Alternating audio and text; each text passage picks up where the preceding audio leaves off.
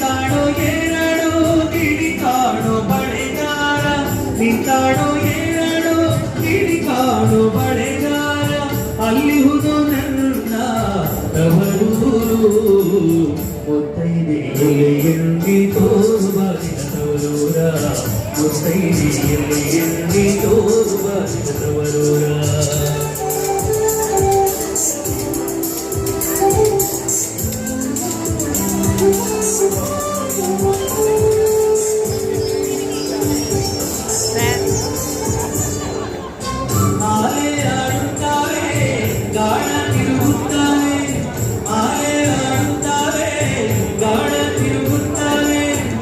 ನವಿಲು ತಾರಂಗ ನಲಿತಾವೆ ಬಳೆಗಾರ ನವಿಲು ತಾರಂಗ ನಲಿತಾವೆ ಬಳೆಗಾರ ಅಲೆಕಾಡೋ ನನ್ನ ತವರೂರುಗಳಿಗೆ ಚಿಗುರವು ಮಾದೇವಿ ಚೆಲ್ಲಿದರು ಮಲ್ಲಿಗೆಯ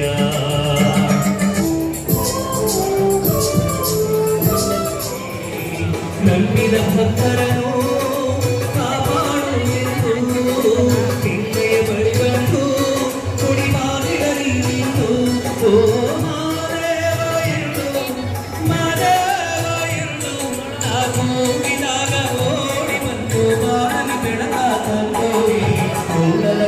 ಚಪ್ಪರ ಹಾಕಿ ಮುತ್ತೈದೆ ಹಟ್ಟಿ ಮುತ್ತಿನ ಚಪ್ಪರ ಹಾಕಿ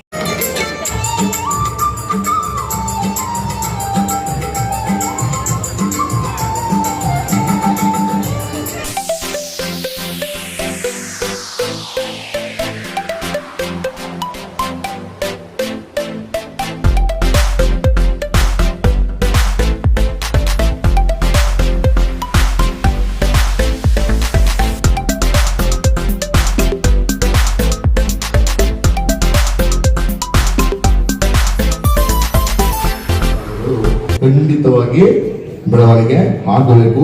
ನಾವು ಮತ್ತೆ ನೀವೆಲ್ಲರೂ ಸೇರಿ ಇಂತಹ ಸರ್ಕಾರಿ ಶಾಲೆಗಳನ್ನ ನಾವು ಉಳಿಸಬೇಕಾಗುತ್ತೆ. ಬಂಧುಗಳೇ, ಸಮಸ್ಯೆಗಳಿರ್ತವೆ, ನಮಗೆ ಕಲಿಸುವಾಗಲೂ ಕೂಡ ಹಾಗೆ ಇರ್ತದೆ. ಆದರೆ ಅದರಿಂದ ಸಿಗುವ ಫಲ ಇದೆಯಲ್ಲ, ಅದು ಯಾವತ್ತೂ ಕೂಡ ಶಿಕ್ಷಣದಿಂದ ಸಿಗುವ ಫಲ ಸಿಹಿಯಾಗೆ ಇರ್ತದೆ. ಈ ದೇಶವನ್ನು ನಾವು ಸದೃಢವಾಗಿ ನಡೆಸಬೇಕು ಅಂತಂದ್ರೆ ಈ ದೇಶದ ಬೆನ್ನೆಲುಬಾಗಿರ್ತಕ್ಕಂತಹ ರೈತಾಪಿ ವರ್ಗ ಮತ್ತು ಕೂಲಿ ಕಾರ್ಮಿಕ ವರ್ಗಗಳನ್ನ ನಾವು ಬೆಳೆಸಬೇಕು ಅಂತಂದ್ರೆ ಆ ಮಕ್ಕಳು ಕೂಡ ಬೆಳೆದು ತಮ್ಮ ಕೆಲಸನ ಕಟ್ಟಿಕೊಳ್ಬೇಕು ಅಂತ ಆದ್ರೆ ಅದಕ್ಕೆ ಸರ್ಕಾರಿ ಶಾಲೆಗಳು ಅತ್ಯವಶ್ಯಕವಾಗಿ ಬೇಕಾಗಿದೆ. ಇವತ್ತು ಸರ್ಕಾರಿ ಶಾಲೆಗಳು ನಶಿಸ್ತಾ ಇದೆ. ನಮಗೂ ಕೂಡ ವೈಯಕ್ತಿಕವಾಗಿ ತುಂಬಾ ನೋವಿದೆ. ಆದರೆ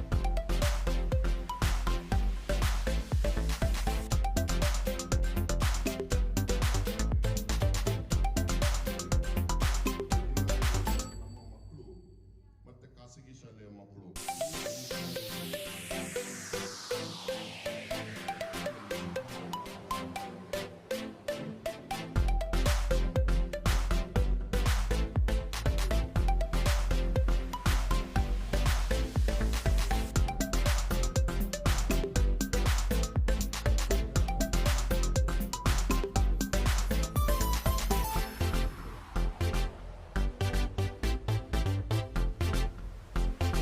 ಬಂದಿರುವ ಉದ್ದೇಶ ಏನಪ್ಪ ಅಂದರೆ, ನಾನು ನಿನ್ನೆ ಶಿಕ್ಷಣ ಈ ಕ್ಷೇತ್ರದ BO ಸರ್ ಆದಂತಹ ಶ್ರೀ ಮಹಾದೇವ್ ಸರ್ನ ಮೀಟ್ ಮಾಡಿದೆ. ಸರ್, ಈ ರೀತಿ ನಮ್ಮ ಸರ್ಕಾರ ಸಮಾಜ ಬ್ಯಾಂಕು ಶಿಕ್ಷಕರಾಗಿ ಏನು ಸರ್ಕಾರಿ ನೌಕರಿದ್ದಾರೆ ಸ್ಯಾಲ್ರಿ ಪ್ಯಾಕೇಜ್ ಅಕೌಂಟ್ನ ಜಾರಿಗೆ ತಂದಿದೆ. ಹಾಗಾಗಿ ದಯಮಾಡಿ ನೀವು ಇದನ್ನು ಶಿಕ್ಷಕರ ವೃಂದಕ್ಕೆ ತಲುಪಿಸ್ಬೇಕು ಅಂತ ಹೇಳಿದಾಗ ಅವರು ಈ ದಿವಸ ಶೂ ಸಾಕ್ಸ್ ಆಗ್ಬೋದು ಈ ಥರ ಎಲ್ಲ ನಾವು ವಿತರಣೆ ಮಾಡಿದ್ದೇವೆ. ಇದೇ ರೀತಿ ಮುಂದಿನ ದಿನಗಳಲ್ಲಿ ನಾವು ನಿನ್ನೆ BO ಸಾಹೇಬರು ಕೂಡ ಮೀಟ್ ಮಾಡಿದಾಗ ಒಂದು ಶ್ರವಣಹಳ್ಳಿ ಸ್ಕೂಲ್ನ ಐಡೆಂಟಿಫೈ ಮಾಡಿ ಅಂತ ಹೇಳಿದ್ರು. ಈ ನೆಕ್ಸ್ಟು CSR ಆಕ್ಟಿವಿಟಿಗೆ ನಾವು ಆ ಶಾಲೆನ ಗುರುತಿಸಿ ನಮ್ಮ ಬ್ಯಾಂಕಿನಿಂದ ಏನು ಒಂದು ಆರ್ಥಿಕ ಸಹಾಯ ಮಾಡಲಿಕ್ಕೆ ಅನುಕೂಲ ಆಗ್ತದೆ ನಾವು ಖಂಡಿತವಾಗ್ಲೂ ನಮ್ಮ ಕಡೆಯಿಂದ ಮಾಡ್ತೀವಿ. ಮಕ್ಕಳು ನಮ್ಮ ಶಿಕ್ಷಕರಿಗೆ ಒಂದು ವೇತನದ ಒಂದು ಅಕೌಂಟ್ ತೆರೆಯುವ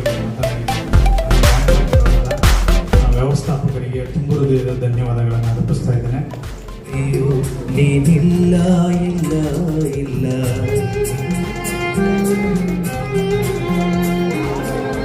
ಸ್ವರ್ಗದಿ ಭೂಮಿಯೊಳಿರದಿರೆ ನೀನು ಮೇಲೆ ಮೇಲೆಲ್ಲಿಯೂ ನೀನಿಲ್ಲ ಇಲ್ಲ ಇಲ್ಲ ಸ್ವರ್ಗನೇ ಭೂಮಿಯೊಳಿರದಿರೆ ನೀನು ಮೇಲೆಲ್ಲಿಯೂ ನೀನಿಲ್ಲ ಇಲ್ಲ ಇಲ್ಲ.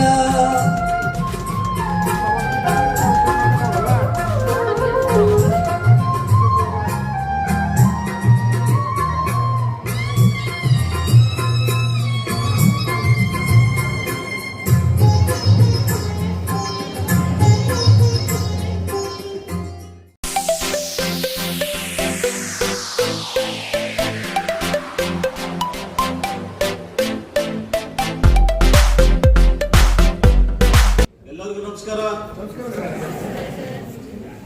ಎಲ್ಲ ಬಹಳ ಖುಷಿಯಾಗಿದ್ರಲ್ರಿ?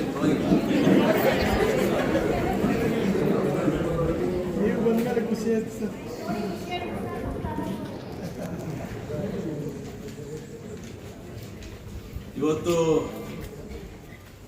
ಒಂದು ಒಳ್ಳೆ ಉತ್ತಮವಾದ ಕಾರ್ಯಕ್ರಮವನ್ನ ಕ್ಷೇತ್ರ ಶಿಕ್ಷಣಾಧಿಕಾರಿಗಳು ಹಮ್ಮಿಕೊಂಡಿರೋದು ತುಂಬ ಸಂತೋಷ. ಇತ್ತೀಚಿನ ದಿನಗಳಲ್ಲಿ ನಮ್ಮ ಸರ್ಕಾರಿ ಶಾಲೆಗಳು ಮುಕ್ತ ಇರೋದ್ರಿಂದ ಸರ್ಕಾರಿ ಶಾಲೆಗಳ ಸಬಲೀಕರಣ ಮತ್ತು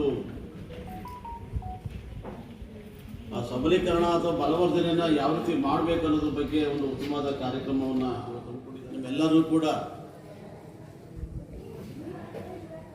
ಮನಸ್ಸನ್ನು ರಂಜಿಸಿದಂಥ ಈಗ ತಾನೇ ಬೆಳೀತಿರುವಂಥ ಯುವ ಪ್ರತಿಭೆ ಅಂತ ಯುವ ಪ್ರತಿಭೆಗೆ ನಾವು ಪ್ರೋತ್ಸಾಹಿಸಬೇಕು.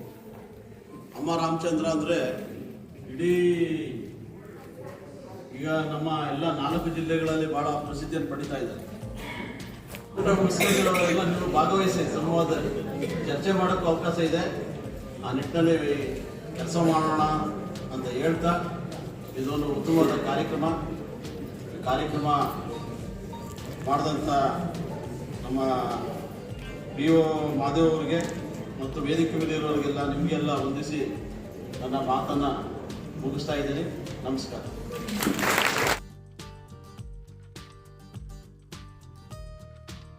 ಬ್ಯಾಗ್ ಇಟ್ಕೊಂಡು ಸೀಟ್ ಇಟ್ಕೊಂಡು ಕೂತಾರ. ಒಬ್ಬರು ಅಧಿಕಾರಿಯಾಗಿ ನಡ್ಸಲ್ಲ.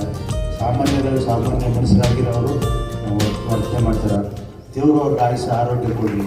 ಮತ್ತು ವೇದಿಕೆ ಕಲಿಸ್ಕೊಟ್ರಲ್ಲ, ತಮ್ಮನ್ನೆಲ್ಲ ನೋಡೋಕೆ ಅವಕಾಶ ಮಾಡಿಕೊಟ್ರಲ್ಲ, ತಮ್ಮೆಲ್ಲರಿಗೂ ಹೋಲಿಸಿ ನನ್ನ ಕೆಲವು ಅನುಭವದ ಮಾತುಗಳು ತಪ್ಪಿಸಬೇಕು.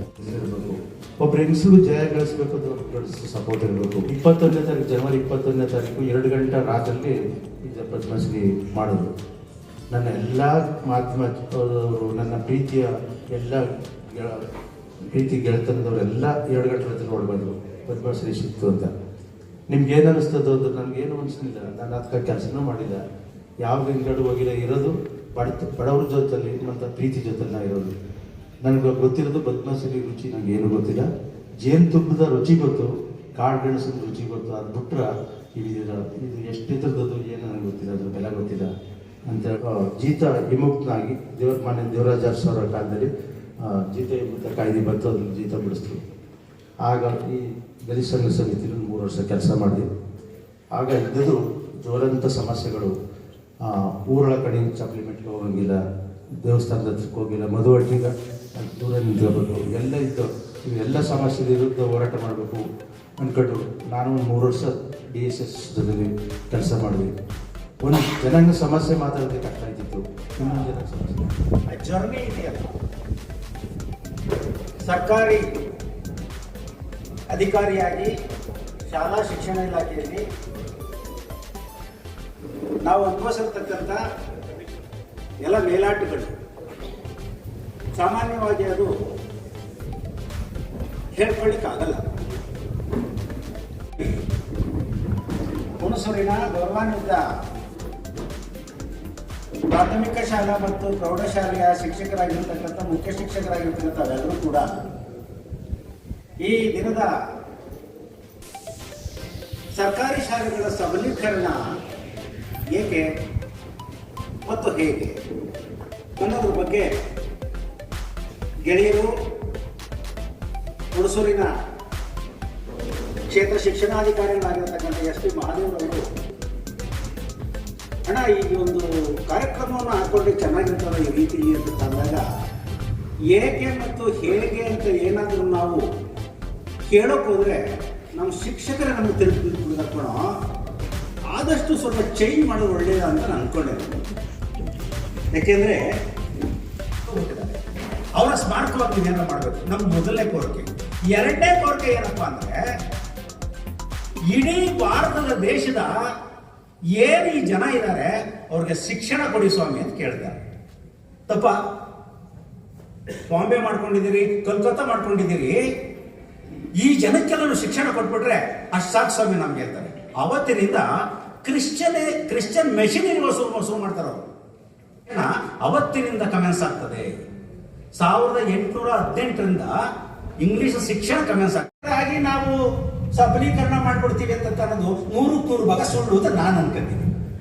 ಶಿಕ್ಷಕರಾಗಿ, ಇಡೀ ಸಮಾಜವಾಗಿ, ಇಡೀ ಸೊಸೈಟಿಯಾಗಿ, ಪ್ರತಿಯೊಂದು ಮನೆಯೂ ಕೂಡ ಇಲ್ಲ ನಾನು ಸರ್ಕಾರಿ ಶಾಲೆನ ಉಳಿಸ್ಬೇಕಾಗಿದೆ, ಅದಕ್ಕೋಸ್ಕರವಾಗಿ ಇವತ್ತಿನ ನಿರ್ಧಾರ ಮಾಡ್ತೀನಿ ನನ್ನ ಮಕ್ಕಳನ್ನ ಸರ್ಕಾರಿ ಶಾಲೆ ಸೇರಿಸ್ತೀನಿ ಅಂತ ಆ ಒಂದು ವೇವ್ ಕ್ರಿಯೇಟ್ ಮಾಡ್ತಕ್ಕಂಥ ಕೆಲಸವನ್ನ ಸಮಾಜದಲ್ಲಿ ನಿಂತ್ಕೊಂಡು ಒಬ್ಬ ಶಿಕ್ಷಕರು ಒಬ್ಬ ಶಿಕ್ಷಕಿಯರು ಮುಂದಾಳತ್ವ ವಹಿಸ್ಕೊಂಡು ಮಾಡಬೇಕಾದ್ರೆ ಒಂದು ಪಕ್ಷ ಈ ಸರ್ಕಾರಿ ಶಾಲೆಗಳನ್ನ ಉಳಿಸ್ಕೊಳ್ಬಹುದು ಅನ್ನೋದು ನನ್ನ ಒಂದು ಕಿವಿ ಮಾತು ಅಂತ. ಗುಟ್ಟಳ್ಳಿ ಐಕಳ್ನೆಲ್ಲ ಒಟ್ಟಾಗಿ ಸೇರಿಸ್ಕೊಂಡು ನಮ್ಮೂರಲ್ಲಿ ಅಂಗಾದ ಹಣ ನಾಟಕಾಡಿಸಿದ್ದೆ. ತಿಮ್ಮಣ್ಣ ತಬಲದ ಮೇಷ್ಟ್ರು, ಹನುಮಣ್ಣ ಹಾರ್ಮೋನಿ ಮೇಷ್ಟ್ರು, ತಿಮ್ಮಣ್ಣ ತಬಲದ ಮೇಷ್ಟ್ರು, ನಾನೇನೆ ಆಂಜನೇಯನ್ ಪಾಠ ಮಾಡಿದ್ದೆ.